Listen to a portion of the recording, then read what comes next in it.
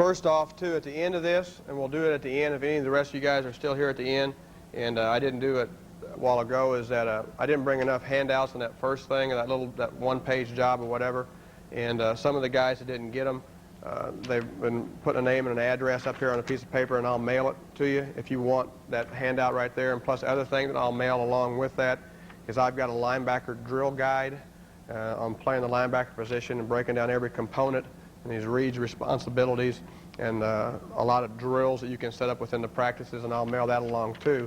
And then at the end, if you want to put this, if you want to put your name and address and where to mail it, I'll do that also. But this is the one-page thing that we're going to talk about right now. At the high school level, this might not be as important as it is, say, at the college level and especially at the pro level, and that is how you formulate and how you build a system to handle the third down nickel and dime offenses and stuff, and how you handle your nickel and dime coverage and everything. Okay? And the first thing in the Roman numeral 1, we talk about how third down tells a story. And the two most important stats to me as a defensive football coach are, number one, the takeaway turnover ratio within a ball game within a season. Obviously, as an offense, as you build your program and you want to protect the football at all costs, you don't want to turn the football over. And defensively, your job is getting the football back for the offense, okay, and hopefully in a turnover fashion, shortening the field in some way, somehow. So we're going to try everything in the world we can by leveraging our defense and setting up our philosophy, our defense to attack. And you got to coach turnovers. Every single day in practice, you got to coach turnovers. You got to coach stripping the football. You got to coach making interceptions, and you got to coach making big hits every single day. And when you do that, you make your offense better also. You make them more sound in protecting the football.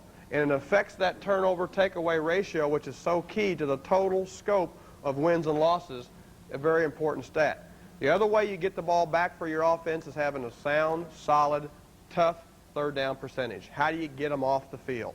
How do you get them out in third down situations, okay? A little bit about the Houston Oilers. Again, we have every component as I go through down here in Roman numeral 3. We have every one of those components built into our nickel and dime defense. And Jeff Fisher has brought and added a very, very, very good third down package, nickel and dime package of all the places he's been. He played for Buddy. He was a defensive back. He was at USC. He was in that great backfield when all four guys got drafted that same year with Browner, Lott, Eric Wright, and Jeff Fisher. All four got drafted out of that USC secondary that year.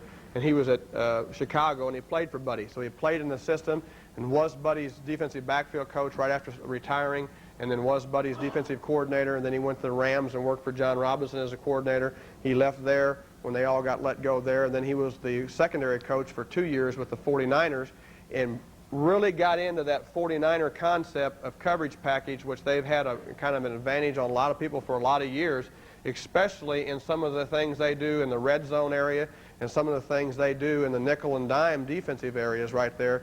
He got a chance to be a part of that, and he brought and we've blended into the 46 concept, the Buddy Ryan concept, the Jack Pardee concept, and the George Seifers, Bill Walsh concept is all kind of blended into the Jeff Fisher concept, and I think we've got a great third down package. I'll tell you one thing. Last year, people stopped getting in 3 and 4 wide receiver sets against us. They just didn't line up because they had no understanding of what we were doing. All of our big plays, and I'm talking about 90% of the big plays for us last year defensively was in our nickel and dime package, okay? And we are a pressure, coverage, line game, all that kind of stuff type package. You'll see as I start discussing that thing. How do you structure the installation and implementation of your nickel and your dime game plan?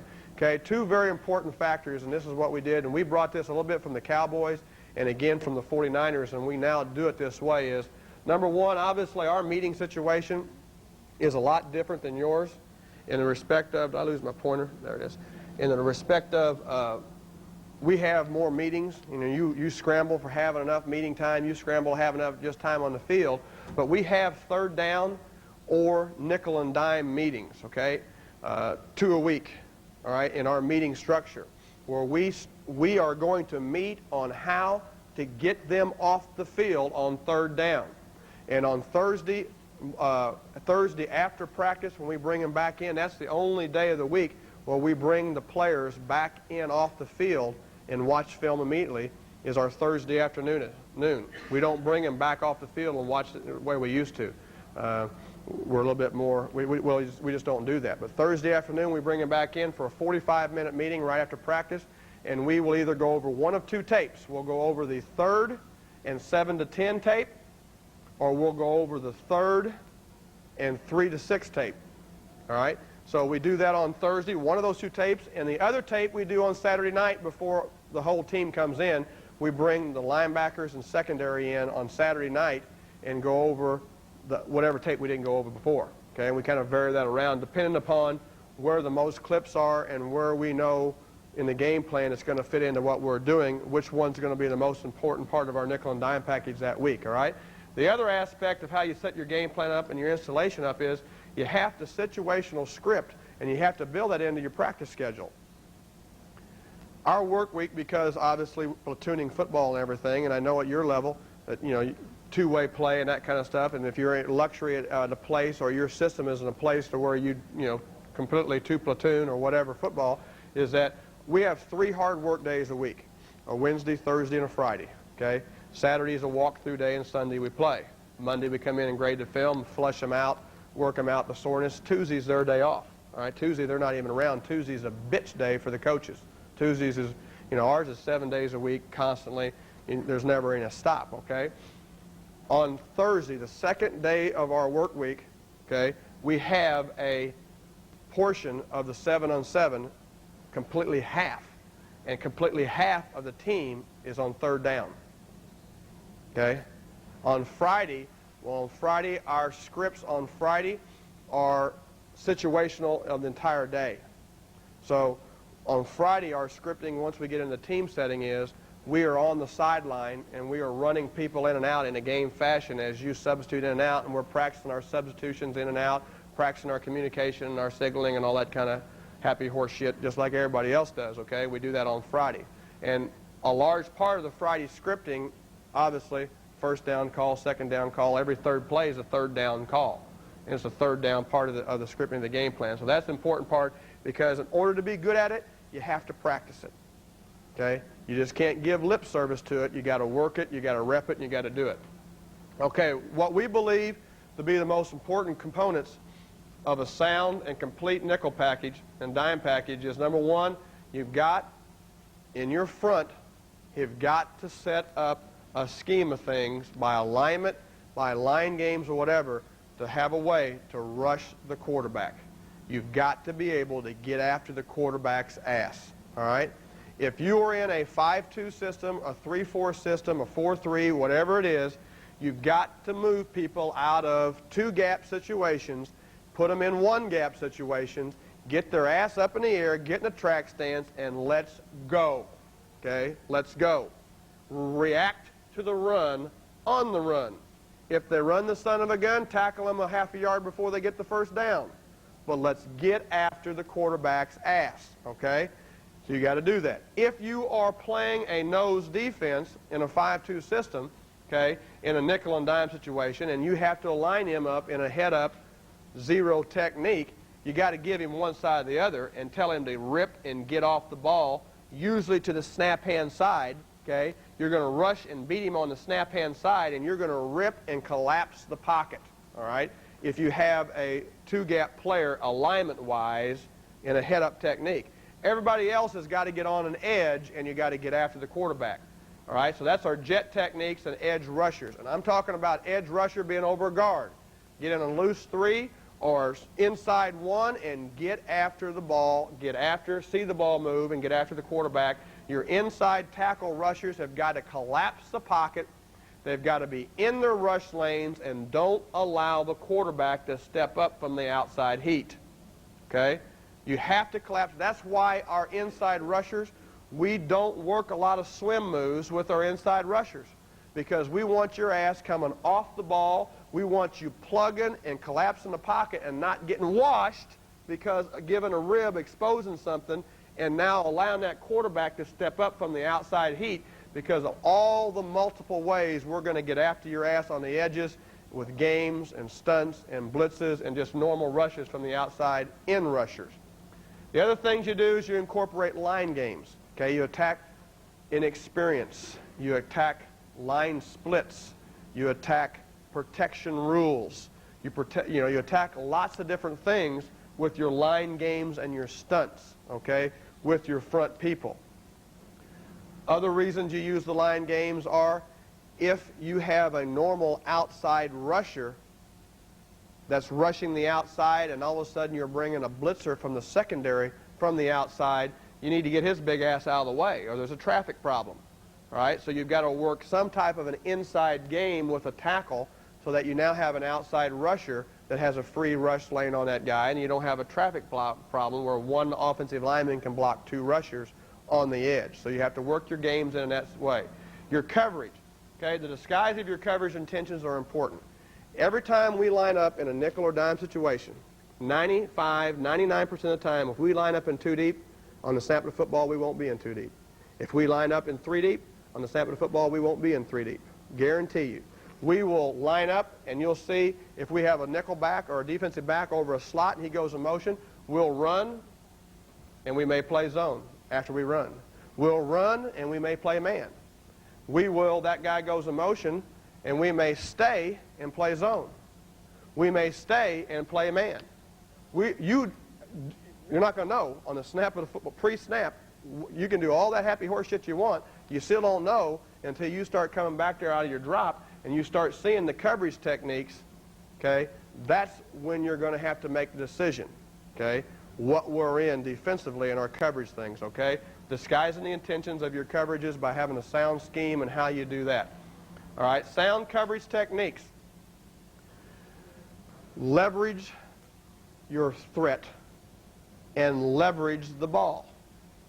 If you are working an inside trail technique in coverage, and I am working an inside trail technique, and I am going to attack and press and work underneath and inside of the receiver I'm covering, then by God, coach it that way, and don't let that son of a bitch get beat inside. If I line up on Mac, and Mac's a hell of a lot better than me, and I play him outside out, he beats me inside, first time, I can understand it. If I got to line up 3 feet inside of him, you are not going to run inside on the inside release if I'm supposed to take away the inside relief by coverage demands, by coverage responsibilities. So you have to, on your coverage techniques, be sound and know where your help is and always funnel the receiver to help. Are you playing a two-man concept with 500-man trail technique with half-field safeties over the top? If you are, we all got to be sound. One guy can't get beat and break down the coverage because you're violated inside and you don't have help inside. That's why you're lined up inside. So you got to have sound coverage techniques and you got to coach them and you got to demand it and you got to get it.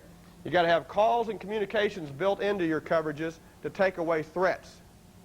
All of a sudden now offensive coaches are getting pretty good as you line up in a shade or a leverage or a technique to take away something, and now how I'm going to dick with you is I'm going to change my splits and I'm going to bunch up my receivers and I'm going to pick your ass even though it's not legal. I'm going to do all those things. So what you have to do is now build in coverages and calls because you as a coach, you as a coordinator have made the call and all of a sudden they don't come out in what you think they're in or what you thought it would be. So now you got to have an ability to communicate and leverage the formation and leverage the call and play the same coverage philosophy you had called because you want to play coverage this down. You don't want to blitz this down. But now how do I leverage that formation that they came out in? So I've got to be able to have calls and communications built in that coverage, which you're going to see here in a minute, of how to leverage minus splits, bunched up receivers, all those kinds of things. You've got to be able to do that. You as a coach bust your ass all week long to get those guys to know what you know, to get the players on the field to know what you know. Sometimes we get wrapped up in wanting them to show them how much we know about football. Well, the most important thing is that it's good that you know a lot about football, but you better make a decision about how much they can know to do on the field. Okay? So in those calls and communications, I can have a call to take away everything you do. They got to do it. I'm not out there. They got to do it.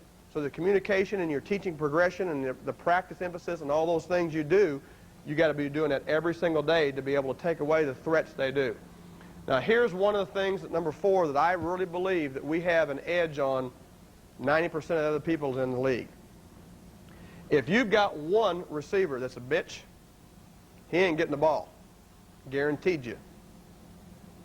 If it's Jerry Rice, he ain't going to come in and get 11. He may get 3. He may get 2, and hopefully those aren't for 7 or 6, okay? But he's not going to get the football.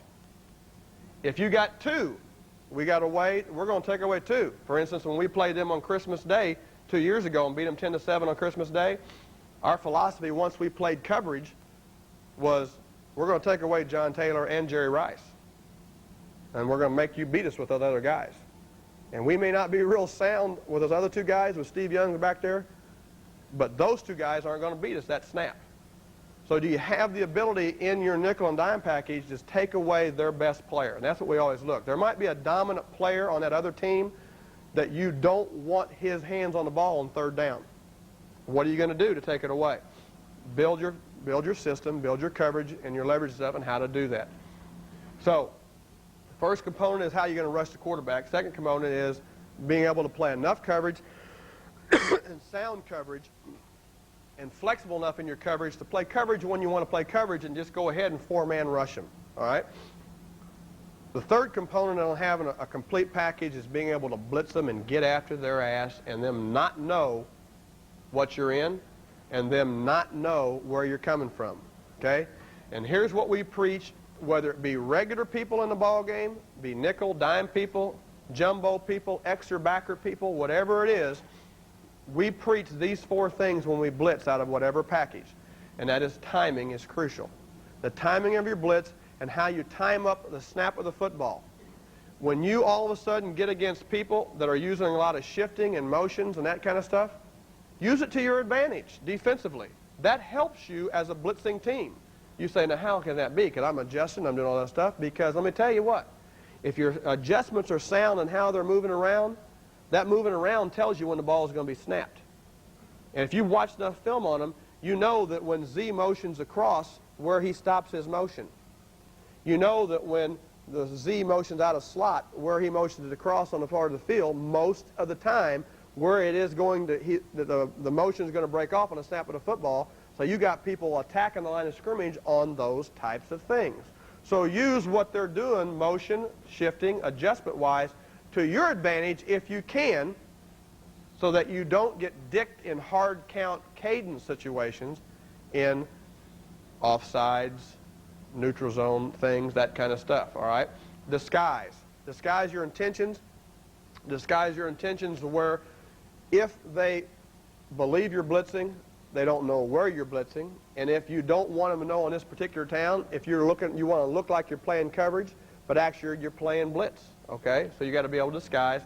The third one, and I talked a little bit about that a while ago, was you got to be able to contain the quarterback when you're blitzing while collapsing the pocket. Your tackles have got to be great rip charging, collapsing the pocket, underarm rip move guys up in the quarterback's face and not allow the quarterback to step up from the pressure of blitzing with defensive backs, outside edge rushers, putting heat at the location point of the quarterback. The fourth one is being sound in teaching blitz coverage. When you hear me talk about blitz coverage to me is, I got that cat and I got no help.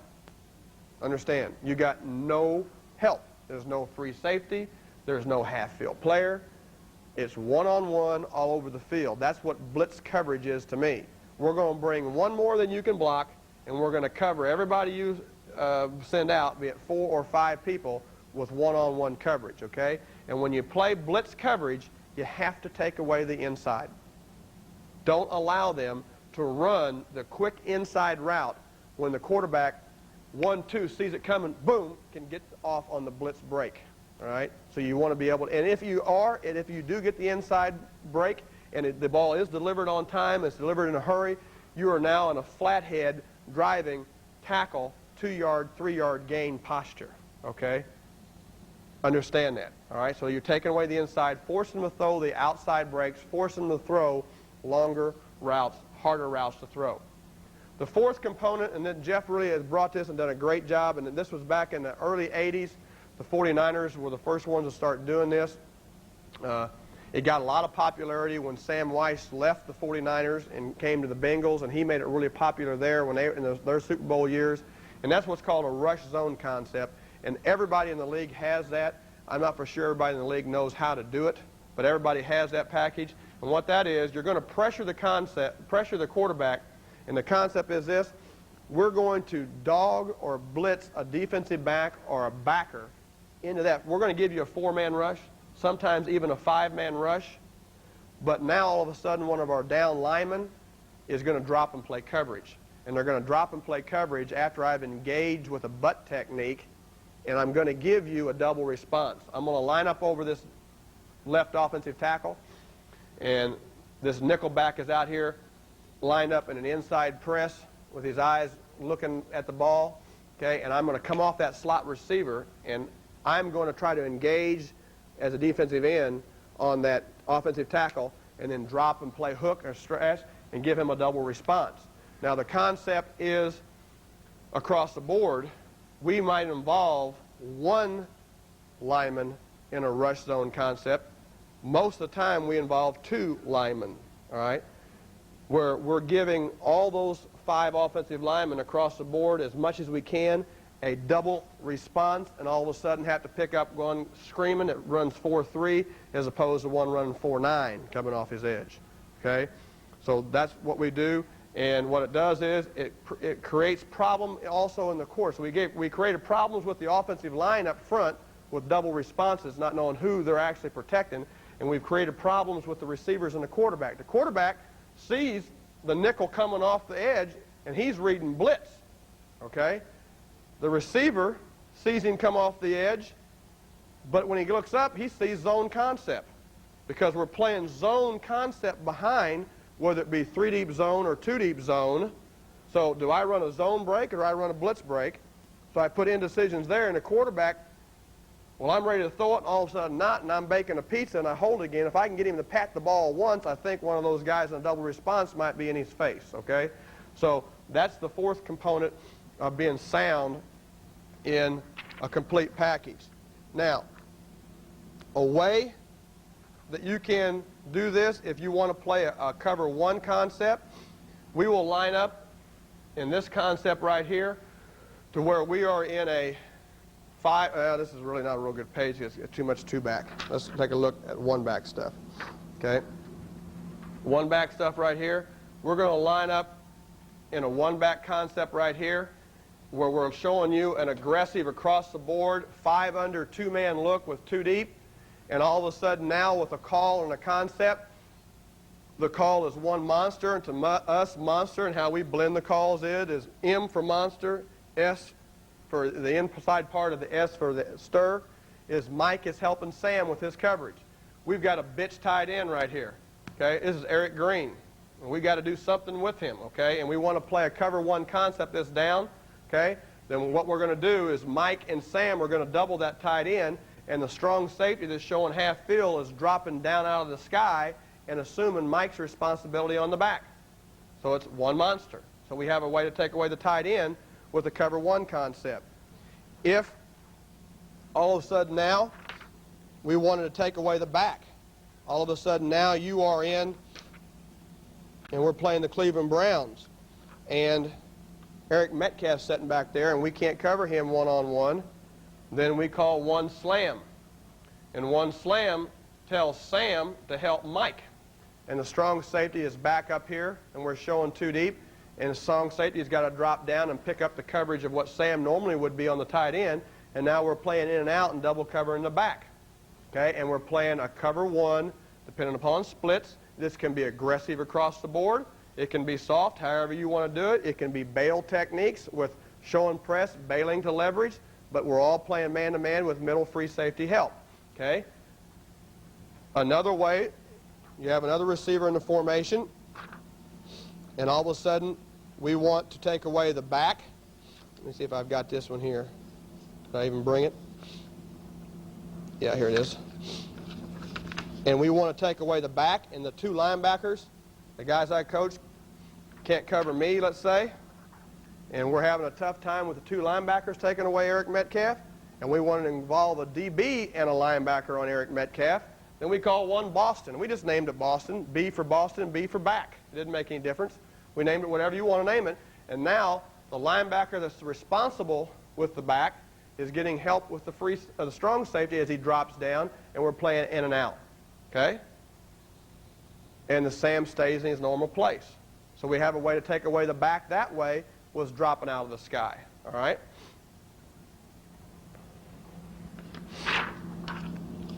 Another way of the concept, and to cover one concept, with running with motion and everything, is now as we run with motion and line with you, we call one hunter. And the reason we use one hunter is all of a sudden we now take the Mike linebacker, and he is going to hunt the first receiver weak. And he is going to cut and play underneath and help whoever is in charge of covering the first receiver weak, and he's going to double that guy, and the safety's what? He's got to drop out of the sky and assume responsibility on Mike's call. And that's one hunter. Okay? If you were in a these are all trips formations. If you were in a doubles formation right now and you had this guy lined up right here and the nickel was on him, he would hunt with the nickel right here. And this corner would be locked up, and he and the nickel would be doubling this guy right here.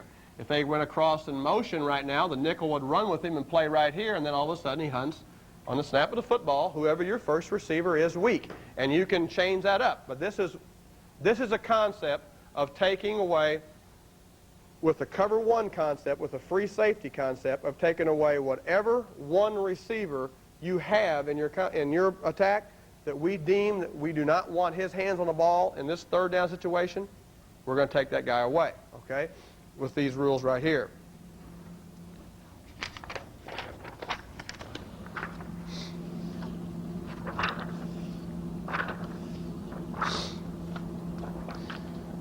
All right, now all of a sudden, we lined up in two deep, and we just say, we're going to play basketball with you, okay?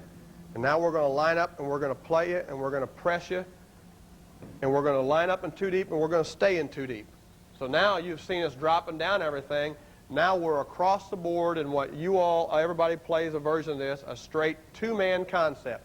And we've lined up, and we're playing a 5 under, 1, 2, 3, 4, 5, underneath man concept, okay, two deep zone over the top, with help over the top.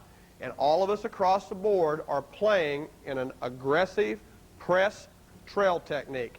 Take away the inside, press, be physical, force an outside release. Once you release outside, I run underneath and inside and take away all the inside breaks, force him to run outside. If he runs vertical, I have half-field help, okay?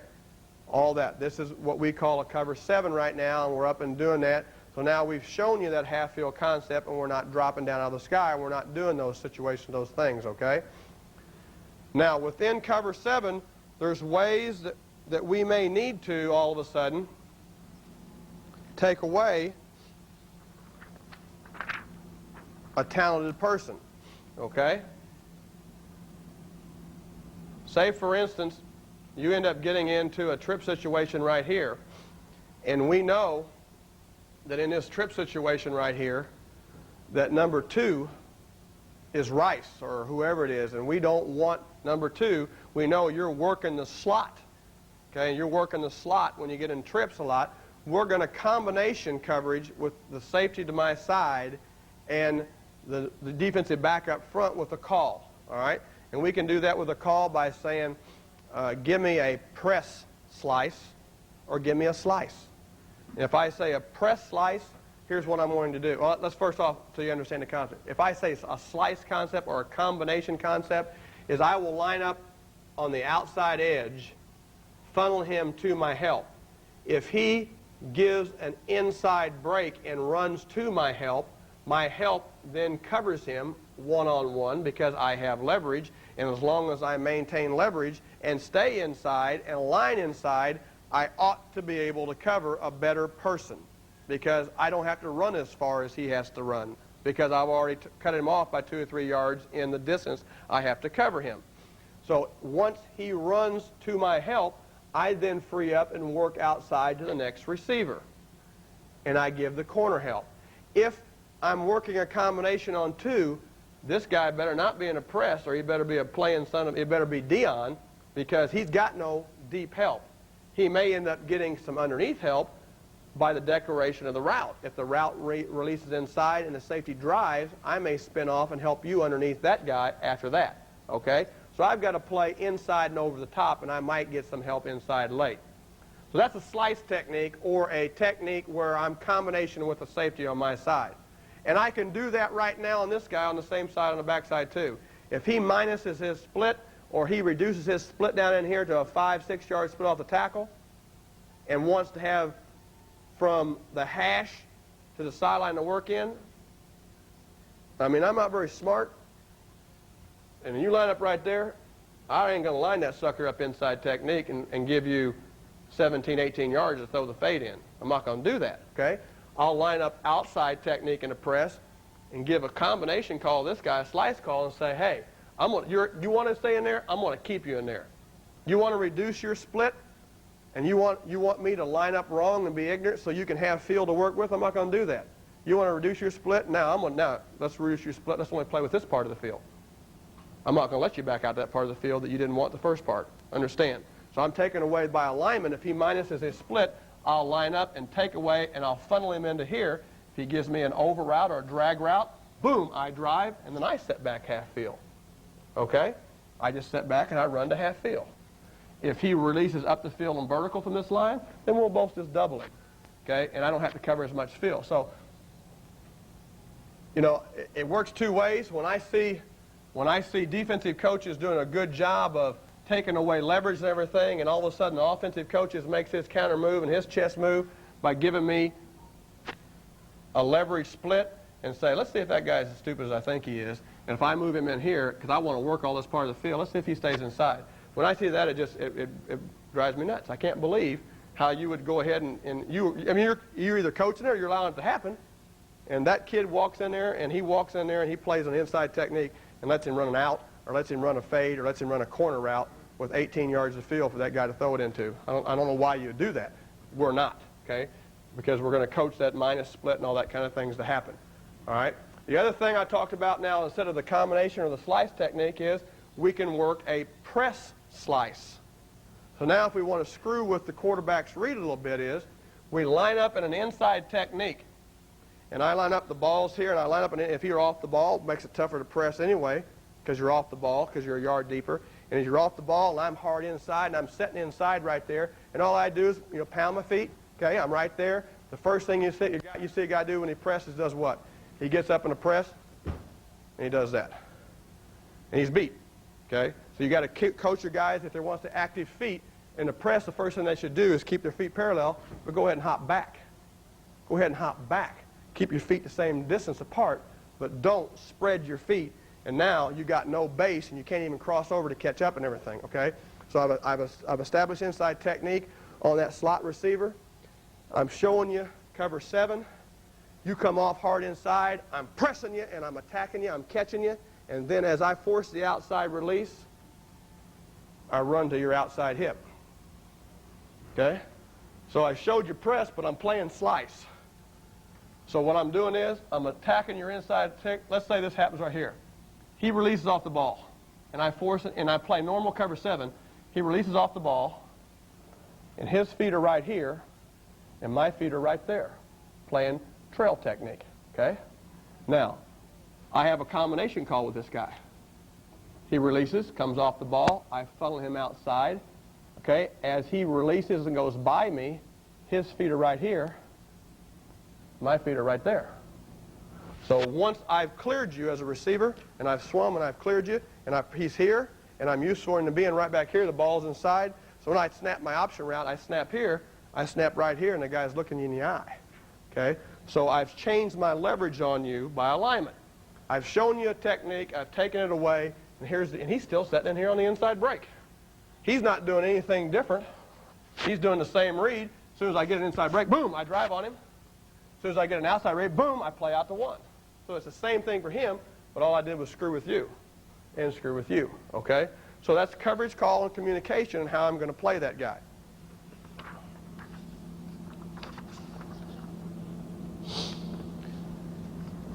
Here's some of the things I was talking about right there with the combo calls and stuff. We get combo, really, and I got ahead of myself. When we want to do all those double things, I'm just talking about slice, we call it combo instead of cover 7.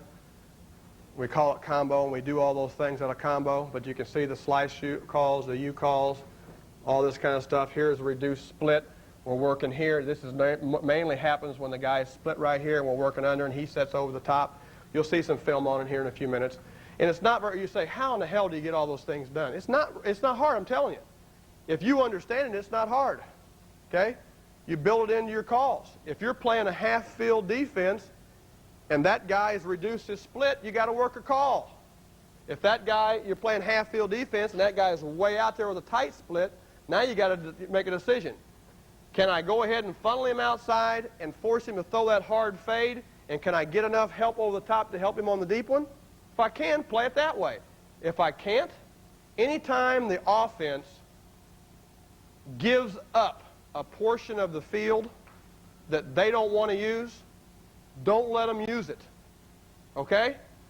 So in your coverage, if they minus the splits and they reduce the splits and they're trying to dick you, don't get dicked. Line up, you forfeit it, you ain't getting it back. Okay? So set your coverage up that way.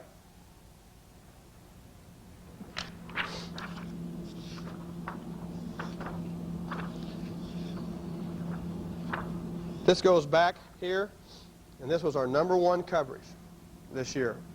Our #1 coverage in all packages of people is quarter, halves. Now, I'm sure that I did this at the high school level. I played quarter. I knew more about this, okay, than some of the other people on the staff. Jeff Fisher knew more about it than I did, but I fit in real good because I played quarter, halves at the high school level. Okay, so that's our #1 coverage. And the ability to how you play that concept of identifying what side you play quarters to and what side you play halves to, okay? And have the ability and the flexibility of your system to change according to offenses changes, okay? You're going to see on film here in a few minutes when you see that the Washington Redskin attack, the San Diego Charger attack, everybody has a portion of it now in their offense. And when they want to bunch the receivers up and cluster them up, and run all these little combinations, everything, and try to get you chasing cars, we're going to play quarter, halves to it. Okay, and you're going to see why, and we're going to shut the coverage out in these situations. So we play a quarter, halves concept in all of our packages of people. The only difference is when we play quarter, halves with defensive backs, nickel and dime. Now this is a defensive back, the end, and nickel. In nickel, this Sam is a linebacker, and this Mike is a linebacker. In dime, we use the same characters, and this Sam is a defensive back, and this Mike is a linebacker. So we got 6 DBs in dime, and we got 5 DBs in nickel, all right? But it's the same rules.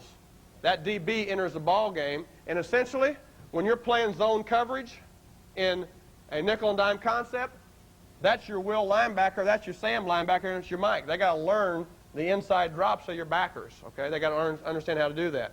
Now, the only thing we'll do differently in the nickel and the dime concept of playing the quarter, halves is that we will run with motion, and we will cover down #2 receivers with the nickel back, all right? So, for instance, down here, as he comes across, there he is down here at the bottom. As he comes across in motion down here at the bottom, that nickel will run, all right?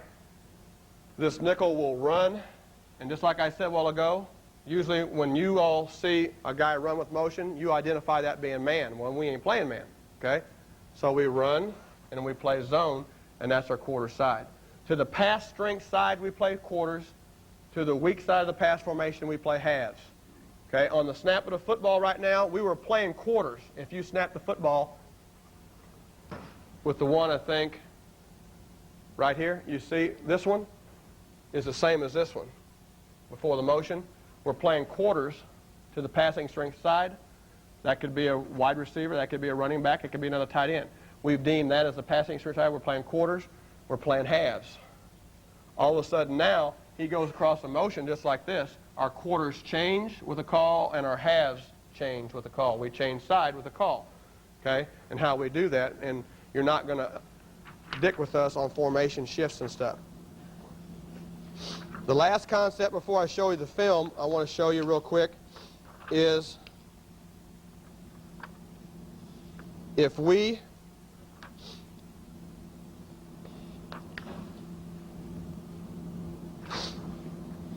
let's do it this way first. We may double call. Some of you guys, I'm sure, I mean, I did this at the high school level too, I may give you a double call. Meaning I may call 23, and we cover 23. You come out in flanker set, we're in 2. You come out in a slot set, we're in 3, or vice versa, okay? Okay, the first call is your balance, your flanker set. Your second call is your slot set. Well, 24 squeeze, okay? And what we'll do is this. If you come out in a balance formation, we're going to play a matchup 3-deep zone. And then if you motion to a trips formation, we're going to check on the run to quarter halves, okay? So on all these things right here, until you get down to the bottom of the formation, you see, up here, we're playing a matchup 3-deep zone concept right here, but now you come out in a trips, we've checked it to your second call, okay? So we do that same thing. Now, I don't know if I have it drawn up. I know I've got it on film, but here's one of the things we do. And this, if you've watched it on film, if you had a chance to watch them play, and I studied them and didn't know what the hell was going on. I studied them for 4 or 5 years at the 49ers, and they do this. You'll see me, you give me a balanced full wide receiver set. Wide outs, okay?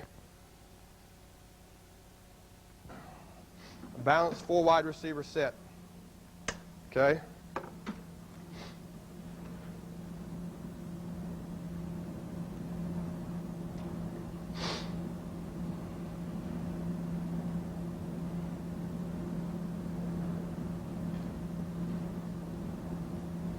Okay, and we're lined up with this concept right here, showing you that 5 under man concept. God damn it. 5 under 2 deep concept. That's what I get for messing with it. All right. And what will happen is this. You have to look at it down here. Okay. If you were to all of a sudden snap the ball from a balanced alignment right now, we will drop that strong safety down, and he'll be the weak hash dropper. He'll be the strong hash dropper. We can get a numbers, curl, flat defender, deep thirds, work to the middle third, curl, flat defender, middle third, okay? We can drop down and play a 3-deep coverage out of that, okay? If you go across in motion, I can run and we can play quarters, all right? If you snap the football, we could be in cover 7 I showed you about, where we're all up pressing and playing 5 under man, 2 deep halves. Here's another concept we do. We will run, we'll get motion, and all of a sudden you'll see this guy drop down on this side, and this nickel backpedal to about 9 or 10 yards, and on the snap of the football, we're playing cover 7 to trips, and all of us across the board are playing a catch man. What it is you're lined up right here, and if you snap the football, I'm playing half field. But you come to me, I will drop down and play a catch man technique, and now I'll play half field on this side. So again, we're given so many rules, and we're given, not rule, but so many reads to the quarterback. You'll see that on film. San Francisco does a great job of running and playing man, not running and playing man, running and playing zone, not running and playing zone. Don't let them know what you're playing, okay? So just because you get in trips, you know we're playing quarter halves and playing quarters to the trips. All of a sudden, you go across a motion and we don't run, and you're expecting us to play quarter halves over there. We're actually playing trail technique, catch man defense over there, and that's how we get our half-field player back from the backside. Okay? Let's take a look at the film real quick and watch as many of those things as we can, and hopefully some of it can be applicable to what you're doing.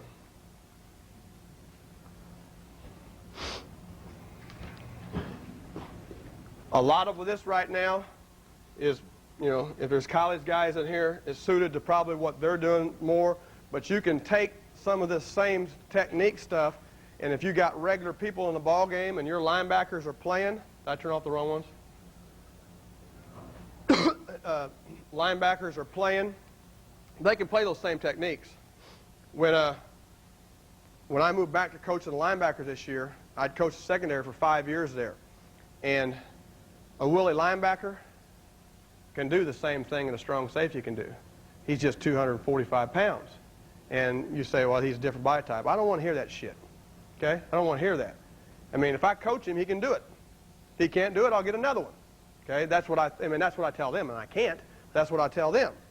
All right? And what I do is our linebackers that are in coverage, we got tremendously better covering as backers this year because they're caught like a defensive back with the same techniques and the same footworks. And I'm talking about speed turns. I don't know how many of you guys coach speed turn until I moved, to the college level. I didn't do that. I didn't coach speed. I coach all angle, open up, and all that stuff. Everything. I'd keep my hips square, open up. He beats me back in the corner. I open back up. All those things. Well, I don't do that anymore. Everything is speed turn, head turns, center fielder turns, all that kind of stuff. And our backers do the same thing. And if I'm coaching you, and you're number 2, and the ball's inside, and you're up the field, and I'm squeezing on 2, or if I'm playing you in an outside leverage attitude, and I got to play hard over the top defense, and you're running vertical, and I'm playing on you, and I'm assuming that hard over the top vertical, you got to run a corner through me if you're going to run a corner. Okay?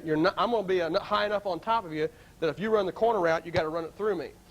Now, if I'm so high on top of you, I'm running with you, and those big old tight ends do that, boom, club you, and run the option out on you, instead of playing right here, and he smacks me, and then I open back up and drive, and I'm 5 yards behind him now, we teach the head turn concept, okay? And now as he clubs me, I head turn, and I drive right back down to him, and our backers can do that. They can do it. They couldn't at the start. They can now, okay? And you have to coach it every single day. So we have a portion of the day before we get to inside run period and before we get to 7-on-7 period where they're working on those turns. Okay? And you got to do that. Hopefully there might be some of those on clip right here. I can't remember everything that the film guy here put on for us. I've tried to break it down in between the bars. The first part of it is going to be coverage. I haven't given you a tape. It's going to be tough. It'll be tough to play that tape if I haven't given it to you. There you go.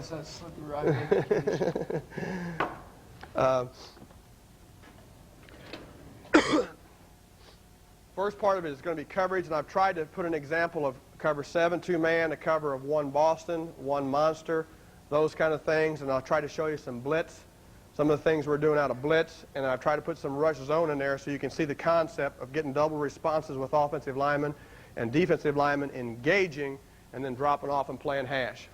Okay, here it is. Across the board. We're flattened out across the board against Cincinnati, all right? And, I know him very well. I coached him over there. Didn't coach him. Was over at U of H with him, but I know he's antsy. And every quarterback is antsy against us. So what we will do, too, and I didn't talk about this in the 46 concept, and it works there, is that right now, these 2 linebackers are in coverage on these 2 backs, and one's a tight end, one's a back, all right? And what we've done is bluff up into the equation, and if we can get them to be ignorant enough, just like I talked about on the minus splits and the reduced splits, and if that offensive coordinator can get me to be ignorant enough to give him the field, if I can bluff enough and get this guy to be ignorant enough to not run a route, I don't have to cover him, do I? So I've entered up into the equation on pickup, and if I can get him to check, I don't have to cover the bitch, okay? I don't have to play trail technique. I get him to protect, and then I can enter into the rush that way too. So now we're playing, I think on this one, let's take a look across the board. I think we're playing cover 7. Yeah, we're playing half field man. Everybody's playing run it back, playing trail technique. Here it is. He's playing hard inside. He's playing trail technique, staying inside, underneath. Okay? And we're playing half field. Stop. All right, now, if this split got down to here, He is not going to do that. He's going to turn, and on stadiums where you can't hear, you know, there are communications, you have to build in hand signals. He's going to turn, and that means slice. And he's going to tell, instead of he's going to squirm down, and when you work a slice technique, you don't backpedal. All you do as a safety is you got to hang. If you back up, you're beat. You got to hang, because if he breaks inside, wham, I'm driving right down on him, and if it's inside of 5, I'm going to flathead him. If it's, we can't touch him outside of 5. Okay? If it's outside of 5, then I just have to cover him with that inside technique, and then I work over the top and play half field. I won't do that leverage technique, will I, from a press? If I'm working a slice with you, okay, let's say you're the receiver right here, and I'm working a slice with the safety right there and the ball's inside, I'm not going to work a slice from right here, because how in the hell can I play half field from right there? If he runs inside immediately, how can I get half field? I can't get half field. So I'll work off about 4.5 and 5, and if you're a hell of a lot better than me, I'll be completely outside of you. If I'm pretty good with you, then I'll try to shade you. And I'm sitting right here and I'm catching you. You run inside, okay, I cushion, run inside, boom, I'm running. I'm half field. You've entered, I'm not going to stay right here and play half field right here. I'm not going to stay right here and play half field right here. The action's over here. So if I half field from a minus split right here, I half field, I'm pushing to that side of the formation to get to where the action is and where the help's needed, okay? So that's when I drop. So this is cover 7 right here. You can see the backers bluffed. Now they don't have to cover them because they got them to check. Here's the backers again here, bluffing. Step up, engage him. Now they work better later on. You'll see them rush off that a little bit more. Okay, here's a minus split. Okay, right here. Same coverage. We're bluffing. Let's see what happens. Safety's not as deep, is he? Let's go. He comes in, drive on him, half field. Oops, he doesn't see him. He throws it to us, and it's a pick. Okay? He told us by alignment that he doesn't want this part of the field. If he does that, then don't give him that part of the field. Take it away right now. Force him to run that route. Now, obviously he thinks he's a hell of a lot better than I think he is. Okay? Darrell needs to be outside a little bit more. But he got what he wanted by him running inside. I would be a little bit more comfortable if he was a little bit more outside on this. All right? But he got what he wanted. There's Marcus. He drives down. He's throwing the option route. He never sees Marcus driving on the over route. Okay, you'll see that on the end zone copy too in a second. Everybody else at the top was working their side. They were working trail technique, bluffing and everything. Here we are, we're bluffing, holding him in, bluffing, engaging him and rushing him. Here's Marcus driving on the half field. It's not seen because he didn't expect the safety to take that wide receiver. He saw half field coverage. Now if I can just get this linebacker to throw a block, we can get it in the end zone. He's only in the Pro Bowl. He got his ass flat-headed and knocked him out of bounds. We've got to work on blocking. Okay, now, in this concept right here is now we're in a cover 1 concept. And here is what we call rover. And now the strong safety is not going to come down and assume anybody's coverage. We're not doubling anybody. We're singling everybody. But now everybody knows we have 2 free players. When we play 1 rover, everybody knows that the shallow inside help is going to be played by him, and deep post help is going to be played by him. So they got 2 help players inside. 1 shallow, who he's dropping down here, and 1 high. It's a stack coverage, all right? How do you play this? Stop. They would like for you, because you called, coach said, cover 1, press. And you coached them, and they went up and they lined up side by side and pressed, and they got their ass picked, and they threw it for 6 because he picked you and he ran outside. So how do you play cluster and bunch? One's got to be on, one's got to be off. All right? So on this right here, you're going to play leverage. He's going to play. If you play it in a lock, you can still play it in a lock. You don't have to in and out that right there. Just don't be stupid because they lined up and said, I hope they're stupid, I hope they're poorly coached, and hope they line up even. That way I can pick them, and I got the advantage. I'm going to lock them. This cat covers this cat. This cat's still covering this cat, but just give some ground, okay? Just wait for it to unfold. He can't go anywhere. There's no place for him to go, right? Here's my help.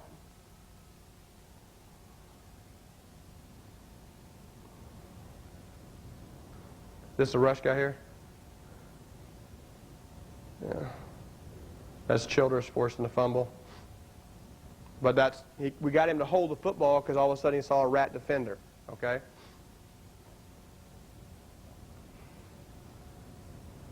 Here he is. He's playing the shallow crossing routes, getting help, the deep crossing routes. Turnovers. Got to have them. Okay, let's see what this one is. Okay, we're showing you too deep right now. All right? All right, come back. This is slam. One slam. Sam is going to help Mike on the back. The strong safety has to drop down and take Sam's responsibility, which is a tight end. We've deemed, this is Cleveland, I think. I don't know who it is. This might be Buffalo. It might be Thurman Thomas. Okay? He's not going to catch it on this third down. All right, let's see. So we're going to go double him, hard. He works inside to Andre Reed. We had it on Andre Reed that time, but we made a declaration that Thurman wasn't going to catch it, so he goes inside hard to Andre.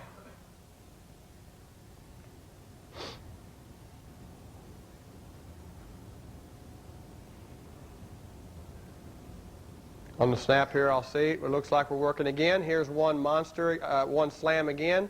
Sam helping Mike on the back. This is Metcalf or a Horde, one of the two.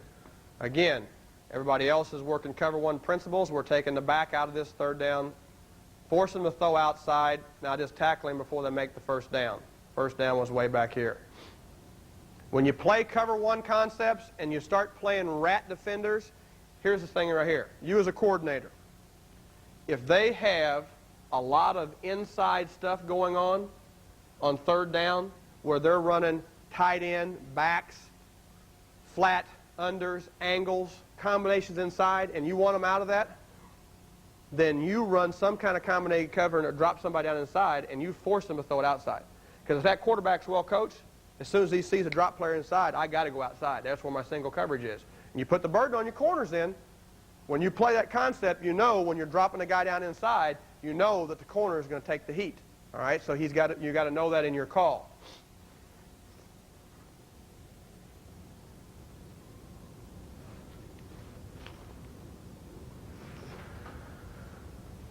All right, let's see this one here.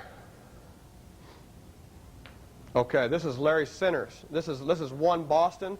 This is Sinners is right here, a hell of a back for Phoenix. And now we've deemed that two linebackers aren't good enough for him. So now we're going to drop Bo Orlando, the strong safety in this ball game, and work with the backer and in and out on Sinners. I think this is yeah, there it is. All right, and we're taking them away that way.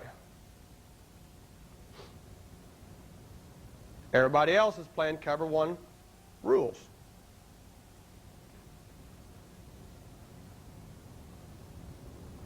He knows where his help is. The safety's there. So here's another thing. He moved here. Our plan was to, and he didn't do a very good job, so I must be allowing it to happen. We would like to him rush it. When he waited, then Sinners read, release, bluff, whatever. But come on. 2 steps hard and get him to engage, and now Bo's a free player there completely. He doesn't even release into the pattern, okay? But Eddie was too soft in that situation. All right, here's the one snap we got and we only had one snap all year long. It's the only snap we played this year, and they ended up catching the ball, and they earned it. This is one hunter, okay? One hunter. We're hunting weak right here. This is the weak side. We deem this the weak side. He's hunting the first receiver weak right here, okay? We had a drop-down player on the back. So you see the safety drop down on the back, and they funneled it inside and got it was a tough route. Here's a slant route. Now, what we would have coached, how you coach this is, we'd say, look, anytime that guy is farther than 1 yard outside the numbers and you're playing cover one, would you please get an inside attitude? And if you're going to press, take away the inside, force him to throw the fade. So he gave up the slant with a wide split. Here it is again. Offensive coaches are crafty. I'm going to line up way out here, and if you come out here and line up outside me, I'd like to work on all that part of the field in there. So if you'll be ignorant and come out and line up outside me, I'll work that part of the field. So when he does that, again, he gave up that part of the field. Now make him work in the shortest part over there on the boundary and make him throw the tough route. So Darrell should have been inside right now and make him work that 7 or 8 yards right over there. They wanted to run the slants with wide splits, okay? So know that.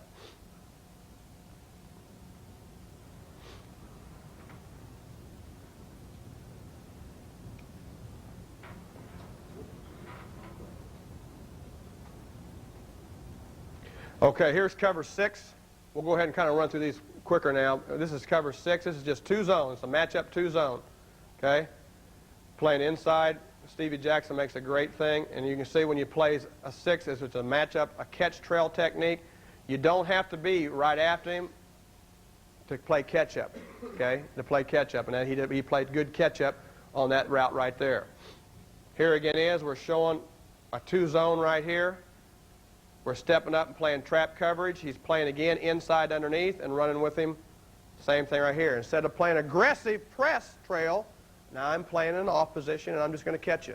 I'm just bouncing my feet, force you to run the outside release, and I'm just catching you and doing the same thing. Same thing from a different alignment. Here's the quarter halves concept. He should have been deeper on the quarters. Halves up here, quarters down here. Outside of 2, bracket it off right here, drive on it. Pretty good job on the quarters concept.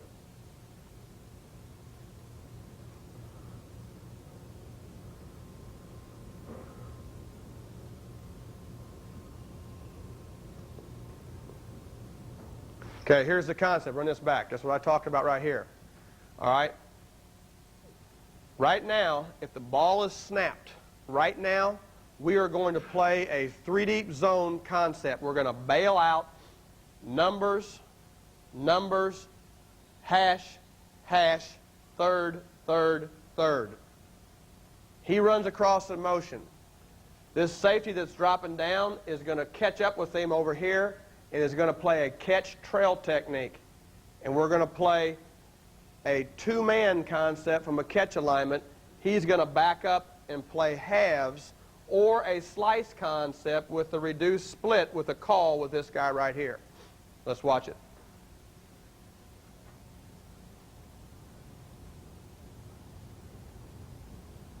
Okay, Blaine Bishop's a hell of a football player.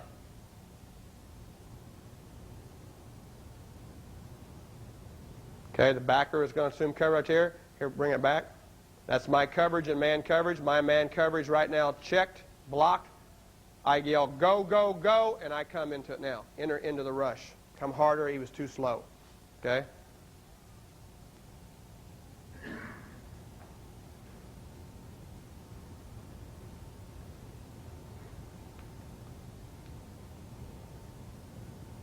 Okay, same thing. Catch trail technique. See that? Look at the makeup. Run that back one more time, Coach. Look at the catch-up speed right here. But all we're doing, now he's showing a little bit more of a press.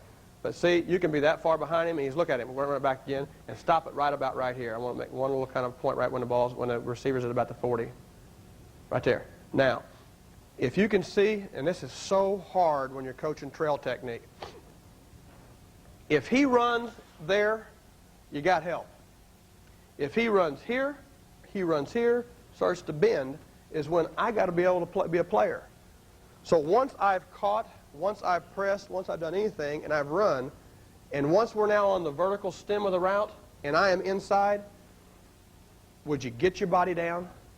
Would you take your eyes and focus on the near hip and close on that and get down and get ready? When you know you're entering that 10, 12, 14-yard area, something's fixing to happen. Okay?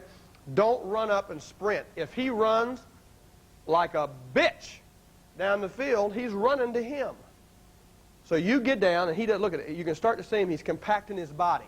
He's getting down and getting ready to coil like a snake, because if he gets ready to run in or out on a break or bend on a post, he's now in a position to burst and catch up, which is what he does.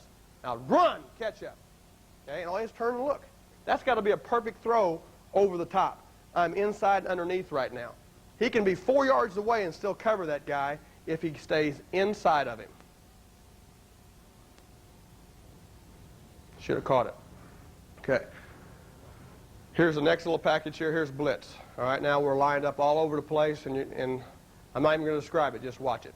You can see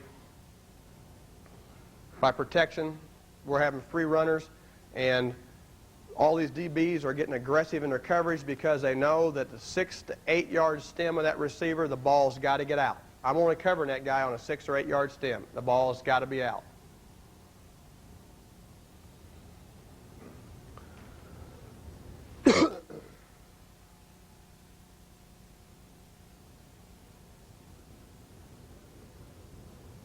Philadelphia ran 3 snaps on Monday Night Football against us, 3 or 4 snaps, and we had 3 sacks and 1 fumble that they dicked us on that they didn't let us take, and we had a touch. We were running down the field with us, and they said his arm was going forward, and it was bullshit. They quit playing against us. Here it is again, speed rushes. He's got to get the ball out in a hurry. We know your protection scheme. We know where we're getting the extra person. You got tough speed DBs rushing on tackles sometimes also. All right, stop this one right here. As long as Al Davis continues to coach this team, everybody in the league will corner cat. Since 1960, everybody's corner catted Al Davis because he still has his hand in the offense. Go ahead. We don't even have corner cat in our package until we get to the Raiders, and we're going to put it in. Because he hasn't had an answer for it since 1960. He hadn't had an answer for it. We're bluffing him in, showing the 2-deep concept. Here comes the corner off. We done hit him. He should have been there a little bit faster. But they don't, week in, week out, everybody does at least once on the Raiders. Here comes blitz, quick routes.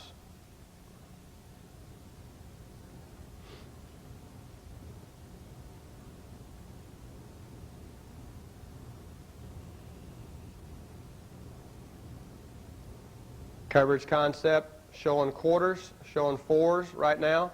Now we start to move in stem and hit it on the run. If you want to find out, stop it, how good that offensive line coach is on the other side, then you work a crossing A and B gap, secondary blitz, and that sucker picks it up. He's a pretty damn good line coach. You better hire him, because he's got all of his squeeze principles in, and he does a good job, and they're going to force you to bring the edge rusher, which is a little bit farther than the quarterback, and the quarterback has to block him by saying, oop, here he comes, get rid of it.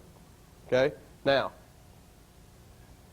the best blitz we have, and we do it from all angles, it's not one of the best, it's one of the best we do, because we do so many of them, is we will work hard on bluffing, showing, and getting him to turn, and here comes out of the sky on the dead run a safety through the A-gap.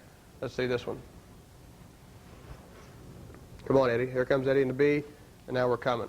And we do that out of all packages. We like to do that out of an underfront really a lot. Okay, here's rush zone. I think I've only got a couple of these and we'll be done. All right, but here is stop right here. What we've done is we're giving you the appearance right now that we are in quarter halves. All right? We actually are, okay, but not the way you think. This is our half side. This is our quarter side. We have decoyed, if you are really well coached and well scouted on us, we're making all of our calls just like it is. We have a call sounding off which side's our quarter side. We have a call sounding off which side's our our half side. All right, but now what